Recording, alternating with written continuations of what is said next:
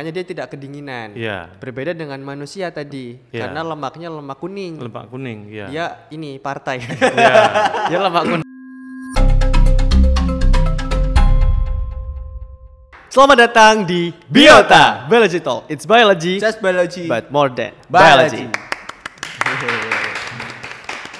Oke, kamu ini Nan, akhir-akhir ini lagi ngerasa dingin banget gak sih? Iya, lagi dingin banget. Anginnya tuh gede banget ya? Nggak cuma angin nih loh, kalau malam tuh Ah bener, sampai ini kayaknya. kalau di HP tuh 20 derajat tuh. Iya dingin banget. Dingin banget. Aku dulu waktu rada gemuk tuh, aku kan pernah sampai 80 lebih gitu, 80 kiloan lah. Oh Itu ya, nggak kilometer. Enggak. Kilojoule. Aku tuh dulu masih kayak ya nggak terlalu dingin gitu. Tapi sekarang tuh kayak dingin gitu Iya, rasanya. betul. Kayak karena nggak ada lemaknya gitu loh. Iya, aku juga kurus nih. Orang-orang gendut tuh kayaknya ini ya, mereka seneng gitu ya kalau cuaca dingin karena hangat gitu ya. Emang iya, emang iya. Nggak tahu orang-orang gendut emang ini nggak pengaruh nggak sih lemak sama dingin tuh? Ya kalau dulu sih katanya ini ya, beruang kutub tuh kenapa nggak dingin Karena banyak tebel lemaknya gitu ya. Tapi nggak tahu apakah itu juga berlaku sama manusia apa nggak Iya, gitu ya. betul.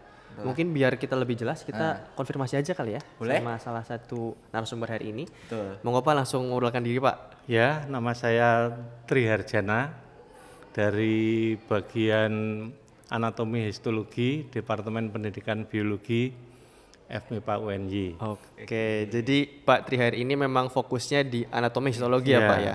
Berarti pas banget nih kalau kita ngomongin soal lemak-lemak, struktur tubuh Ya, dan segala macamnya nanti, betul ya Pak ya. ya. Nah, pertama nih Pak, mitos yang beredar di masyarakat atau mungkin pemahaman yang beredar itu biasanya wah lemu penak ora adem. Ya, ya. Atau bahasa Indonesia nanti ada translate-nya lah. Ya. Itu gimana Pak? Bener gak sih Pak? Ya, jadi mulainya dari sini. Jadi sekarang ini kan musim dingin ya. Betul. Musim dingin dan ini masih ada AC-nya. semua terasa dingin di sini. betul. Oh iya, Begini. gak AC dia. Bisa jadi. Untuk menjawab fenomena atau pertanyaan seperti itu seperti ini. Jadi setiap hari Nggih. kita manusia atau katakanlah hewan itu makan, mesti Ya. makan. Di situ kemudian ada teori yang namanya keseimbangan energi. Jadi yang masuk sama yang keluar itu dibuat kira-kira sama. Oke. Kalau itu tidak sama, maka nanti ada yang disimpan. Ada yang disimpan. Kalau apalagi kalau misalkan kalau makannya berlebihan berarti yang disimpan banyak tuh Pak. Ya, ya. Jadi apapun nanti simpanannya itu umumnya itu dalam bentuk gula tersimpan atau glikogen, tapi yang banyak itu lemak. Oke. Di seluruh tubuh, itu di jaringan-jaringan itu ada lemaknya. Oke, Ada betul. lemaknya. Hanya bagian sedikit saja di tubuh kita ini yang tidak ada lemaknya, misalnya di liang telinga. Makanya itu peka terhadap suhu, kita kadang-kadang terganggu. Kemudian di daerah sekitar penis itu, di kantong skrotum itu juga Tidak ada lemaknya. lemaknya. Oke. Kemudian begini, jadi kalau kita makan terlalu banyak katakanlah atau banyak mengandung lemak, itu nanti akan kalau tidak seimbang dengan pengeluaran entah itu energi entah itu panas, maka itu bisa disimpan dalam bentuk lemak. Oke, berarti lebih besar makanan daripada lemak lah ya. Ya, kemudian nanti penyimpanan itu yang paling mudah, Oke. paling cepat untuk disimpan itu lemak bawah kulit. Lemak bawah Bawah kulit. kulit. Lemak bawah Oke. kulit. Tetapi tidak semua di sembarang kulit. Jadi Tidak yang semua di paling sembarang pertama kali atau yang paling banyak itu lemak bawah kulit perut. Lemak Daerah bawah kulit perut. Oke. ya. Tetapi Makanya ada yang perutnya besar itu ya Pak ya. itu karena bagian dari tubuh yang paling awal untuk menerima timbunan lemak. Oke. Berarti sederhananya kalau orang makannya banyak itu akan disimpan dalam tubuh yang paling mudah jadi lemak dan itu paling banyak di bawah perut. Di lemak kulit, tetapi tidak merata. Yang paling banyak itu di kulit, di bawah kulit perut. Oke. Nah itu bener nggak bikin anget? Nah itu, ya begini, itu ada. Jadi lemak itu ada dua, lemak putih atau kuning, dan satunya lagi lemak merah atau coklat. Oke. Yang putih atau kuning itu karena pengaruh pigmen makanan, sedangkan yang lemak coklat atau merah itu dipengaruhi terutama oleh sitokrom dan mitokondria yang banyak di jaringan lemak coklat itu. Oke.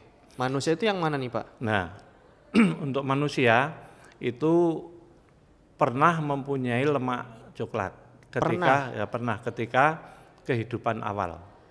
Jadi ketika bayi pasca lahir itu kita kira-kira sampai 2 tahun itu di bagian panggul itu mempunyai jaringan lemak coklat. Setelah gede? Ya, setelah dewasa masih ada tapi sedikit di tempat itu. Oke. Nah itu ceritanya seperti ini. Gimana? Kalau lemak kuning itu nanti kan umumnya kan diubah menjadi energi. Oke, lemak kuning. Dan itu menjadi pusat penyimpanan kalau ada kelebihan makanan. Karena lemak itu bisa berasal dari glukosa, bisa berasal dari asam lemak. Nah begini, lemak coklat atau lemak merah itu mempunyai protein yang namanya termogenin. Termogenin. Oke. Termogenin itu akan mempengaruhi lintasan elektron yang harusnya ini dirubah menjadi energi tapi dirubah menjadi panas. Oke, itu hanya ada di lemak warna coklat. Ya, jadi lemak coklat itu boleh dikatakan sebagian besar itu berubah menjadi suhu panas, bukan menjadi energi. Karena pada beruang coklat itu kan dia tidak butuh energi karena kondisi hibernasi kan tidur. Kalau beruang stroberi itu tidur ya toh. Makanya semua dirubah menjadi panas. Oke, makanya dia tidak kedinginan. Ya. Berbeda dengan manusia tadi, karena lemaknya lemak kuning. Lemak kuning, ya. Dia ini partai. Ya.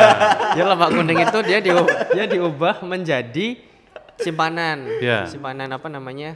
Yang bikin orang jadi gendut itu ya Pak ya.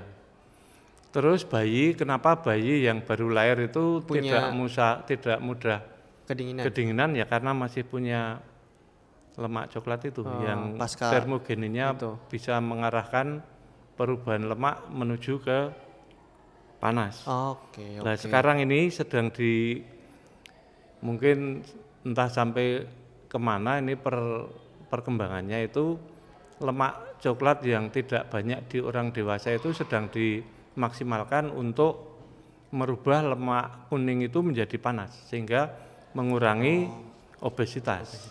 Ya. Itu penelitian, Pak? Sedang mungkin ya, tapi apakah sudah diterapkan atau tidak? Oke. Karena ini ya, apa namanya, supaya bisa menjadi penghangat tubuh itu lemaknya harus punya tadi yang termogenin itu ya, Pak ya? Iya.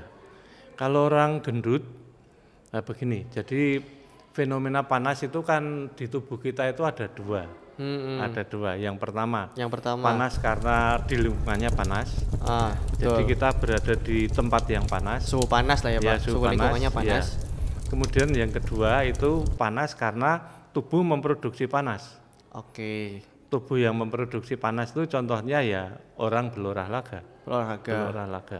Jadi kalau orang meriang itu? berolahraga, kalau meriang itu beda. Jadi meriang itu kan karena infeksi. Nah, infeksi itu bisa melepaskan katakanlah suatu bahan kimia yang bisa mempengaruhi pusat pengaturan suhu jadi tidak stabil. Menjadi seakan-akan dingin padahal aslinya normal. Makanya sering menggigil Maka gitu ya. tubuh akan menaikkan suhu tubuh yang normal menjadi demam.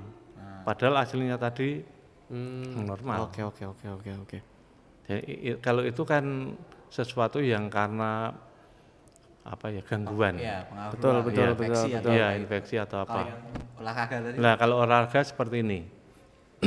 Jadi olahraga itu selain untuk menghasilkan energi untuk berolahraga, itu juga bisa menghasilkan panas. Oke. Nah, panas itu nanti akan menyebabkan mekanisme pengaturan suhu tubuh di hipotalamus itu akan membuang panas. Salah satu caranya yang paling umum adalah berkeringat.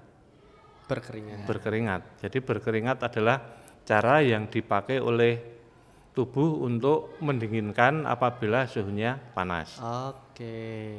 Yang itu diolah dari lemak tadi itu ya Pak ya? Ya, kalau tidak ada, memang makanannya diatur sedemikian rupa, tujuannya untuk memecah lemak ya dari lemak. Oke.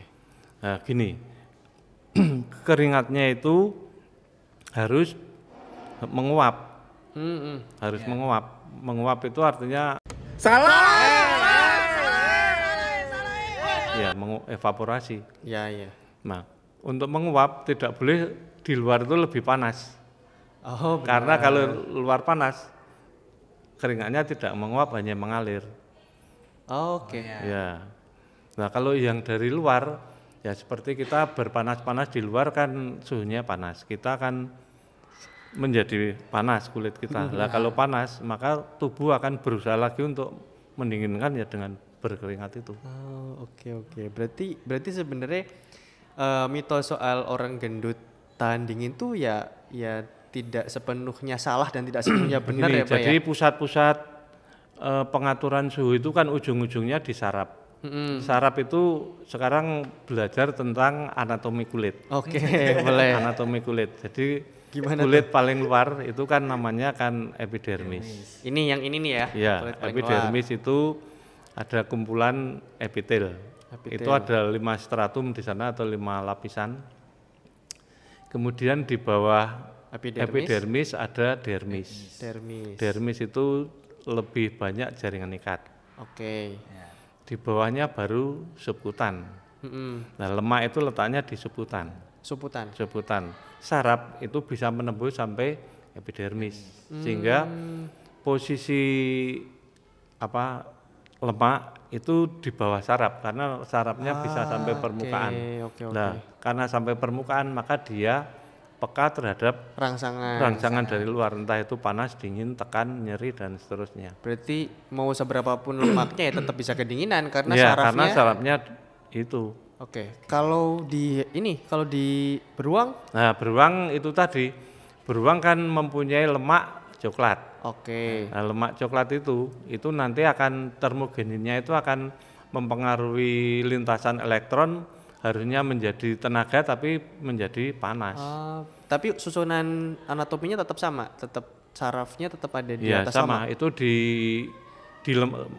perbedaannya di lemak coklat dan lemak kuningnya. Karena protein termogeninnya itu di lemak coklatnya. Oke. Dan banyak mitokondria. Kalau itu kan mencirikan aktivitas yang tinggi itu di sel kalau mitokondrianya banyak. Oke. Nah, kalau kita gemuk itu kalau dingin ya tetap kedinginan. Selama dia itu hanya tiduran, tidak ada kegiatan apa-apa ya dingin ya kedinginan. Tidak apa-apa.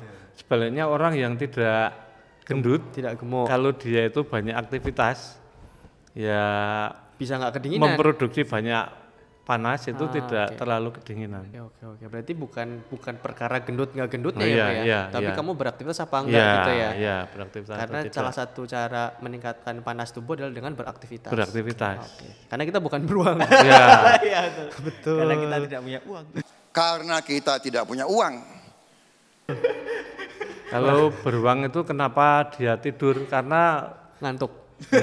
Ya memang protein penghasil protein penyebab hibernasi itu bisa menyebabkan benar itu emang rasa seperti tidur ngantuk. Dan semua nilai-nilai fisiologi tubuh itu turun supaya tidak terlalu banyak membutuhkan energi.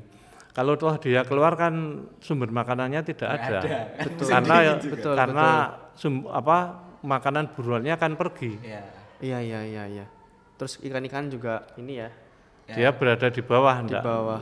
Betul. Oke, mungkin gitu aja kali Nan. Iya. Gitu aja kali ya Pak ya, ngomongin terima soal kasih, mitos terima kasih ini. sedikit ya. Jadi kalau kelamaan nggak tambah pusing. Betul. Iya. Nanti mungkin kita tambahin beberapa gambar-gambar kalau misalkan ada Iya. yang dibutuhkan gitu kali ya Pak ya. Gampang nih kan. Ya. Mungkin gitu aja teman-teman, makasih banget udah dengerin sampai akhir. Saya Muhammad Yafi Saya Hanan. dan Triharjana. terima kasih semuanya. Dadah. Ya. Berarti